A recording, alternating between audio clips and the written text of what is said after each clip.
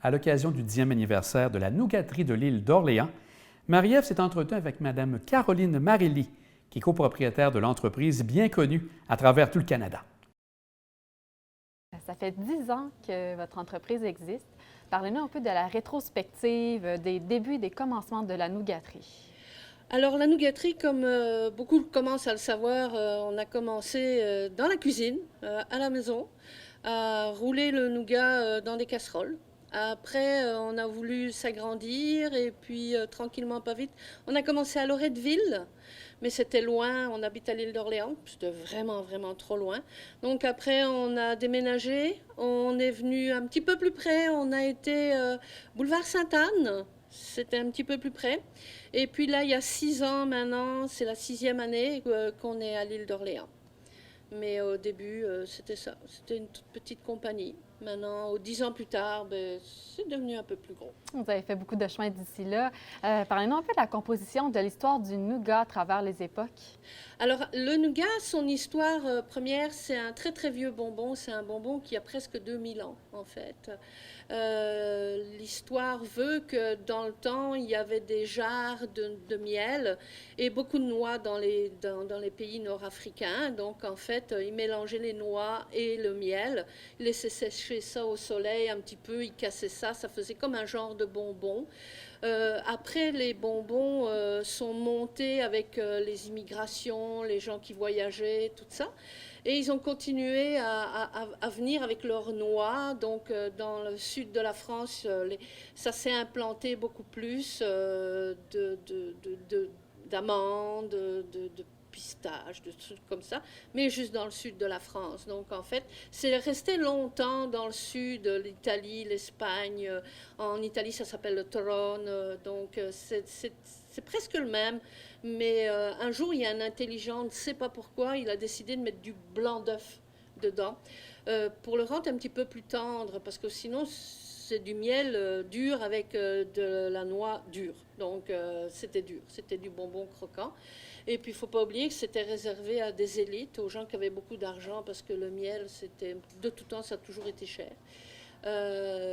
Donc après, une fois qu'ils ont intégré du blanc d'œuf dans leur recette, ça a été beaucoup plus popularisé et un président français avait décidé que ça deviendrait comme genre entre guillemets le bonbon que tout le monde devait manger. Donc en fait, il en a amené à Paris, puis il a fait goûter, il en donnait en cadeau à ses invités. Donc, Présentement, au Québec, vous présentez votre produit où actuellement? Depuis 10 ans, est-ce qu'il y a une évolution? Ben, en fait, au début, on était juste... on avait notre petite boutique et on avait quelques magasins de détail. On avait deux distributeurs. Après, on a grandi. On a eu de plus en plus des magasins de détail. On a commencé à être vendu bord à bord dans tout le Canada, jusque dans l'Ouest. On va de Vancouver jusqu'au Yukon. On a des bonnes ventes au Yukon. Les gens aiment bien notre nougat. Après, maintenant, ça a été différent. La pandémie a été différente parce que maintenant, on fait beaucoup plus de choses différentes. On fait plus que du nougat. On fait aussi du caramel, on fait des meringues, on fait des marquises, on fait des pâtes de fruits, on fait des pots de caramel, on fait plein de choses pour agrémenter toute notre gamme de nougat. Et puis, ça permet aussi, si les gens ne veulent pas toujours manger que du nougat, ben, il y a autre chose. Donc, pour le 10e anniversaire, on a créé les marquisettes. Les marquises et les marquisettes.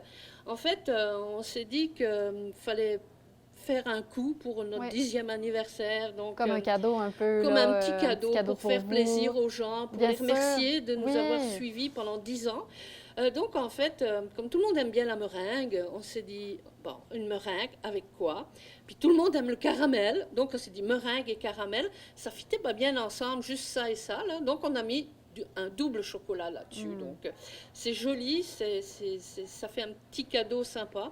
Et puis, on en a même fait en gros volume avec une meringue à la framboise et à la vanille aussi. Puis avez-vous d'autres produits comme ça pour le temps des fêtes qui approchent? Pour le temps des fêtes, oui, nous faisons notre fameux nougat de Noël.